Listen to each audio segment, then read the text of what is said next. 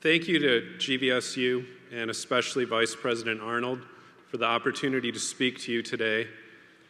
How's everybody out there feeling about the inauguration of Barack Obama?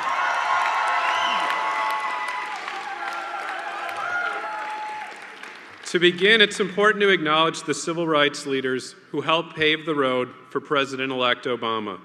Civil rights attorneys Charles Hamilton Houston and Thurgood Marshall, architects of the NAACP's strategy against unconstitutional segregation, protected the foundation of civil rights exercised and fought for by Dr. King, who in turn led the mass social movement that enabled progress on so many fronts against racial discrimination. On a personal level, so many of us had specific moments that really drove home the significance of the election of Barack Obama. In part, this is because of who he is, because we were able to relate to him. In his speech on race given in March 2008, entitled A More Perfect Union, a speech which drew upon the ideals of equality in the Declaration of Independence and the Constitution, he stated, "I am the son of a black man from Kenya and a white woman from Kansas. I was raised with the help of a white grandfather who survived a depression to serve in Patton's army during World War II, and a white grandmother who worked on a bomber assembly line at Fort Leavenworth while he was overseas. I've gone to some of the best schools in America and lived in one of the world's poorest nations. I'm married to a black American who carries within her the blood of slaves and slave owners, an inheritance we pass on to our two precious daughters. I have brothers, sisters, nieces, nephews, uncles, and cousins of every race and every hue scattered across 3 continents. And for as long as I live, I will never forget that in no other country on earth is my story even possible." The day after the election, my wife, Angela, a brilliant and talented first-generation Asian American who is a proud U.S. citizen, asked my 7-year-old son, "Do you know what this election means for you?" And as you could probably infer, our children are, like President-elect Obama, biracial. And Angela told him, "It means you can do whatever you want to do in life." And I think this is a lesson for all of our youth. Political scientists use the term symbolic representation to explain the value of electing leaders who are diverse in terms of race, gender, and ethnicity. Symbolic representatives are important because they are role models who can inspire. Of course, the lesson Angela related to my son assumes that you work hard, and that is certainly the story of President-elect Obama. He graduated from Columbia University and Harvard Law School, where he was elected president of the Harvard Law Review. He worked as a community organizer and as a professor of constitutional law. And what all of this shows is that the American political system can still work based on merit.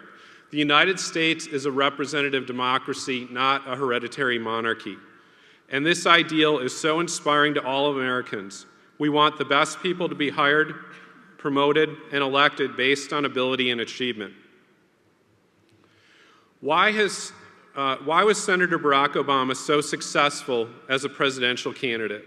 One reason is that he understood the importance of grassroots community organizing. He was able to leverage this principle and combine it with the sophisticated use of the internet to mobilize and organize campaign volunteers and donors, and to create an incredible get-out-the-vote operation that propelled him to victory. A second reason for President-elect Obama's success is that he is a transformational leader. Of course, his brilliant speaking ability is part of this, but it is also his story. He's able to inspire the best of all Americans, to help us heal old wounds, and to give us hope for the future.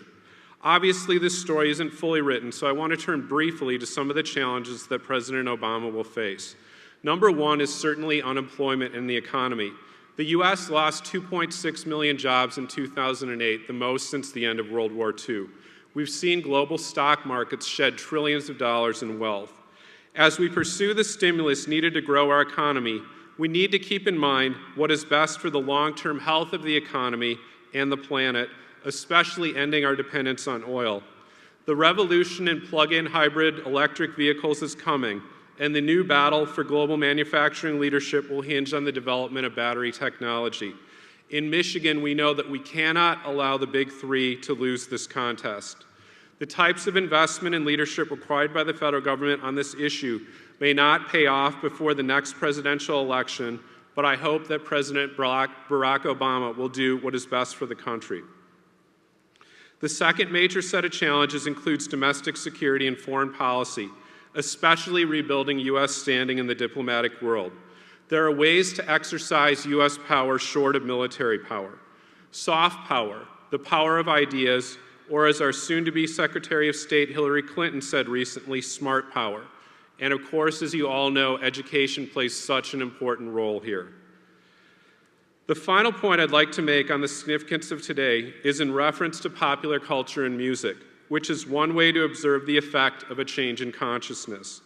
Last year, I heard the song, "My President is Black" by Young Jeezy and Nas. And I just thought, wow, what a great title for a song, especially a song that came out even before the election was decided. And as some of you may remember, Tupac once observed, "Even though it's heaven sent, we're not ready to have a black president." Well, of course, as Nas reminded us in 2008 with a little remix that he added to Tupac's words, yes, we can. My president is black. As an American, it just feels so tremendous to say this. So to conclude, I'm going to ask everybody to join me in saying it at the count of 3. 1, 2, 3. My president is black. All right, come on, Grand Valley. We got TV here, internet. Everybody stand up. We're going to do it one more time. Get up. Don't hold back. 1, 2, 3. My president is black. Thank you. Oh, I follow that.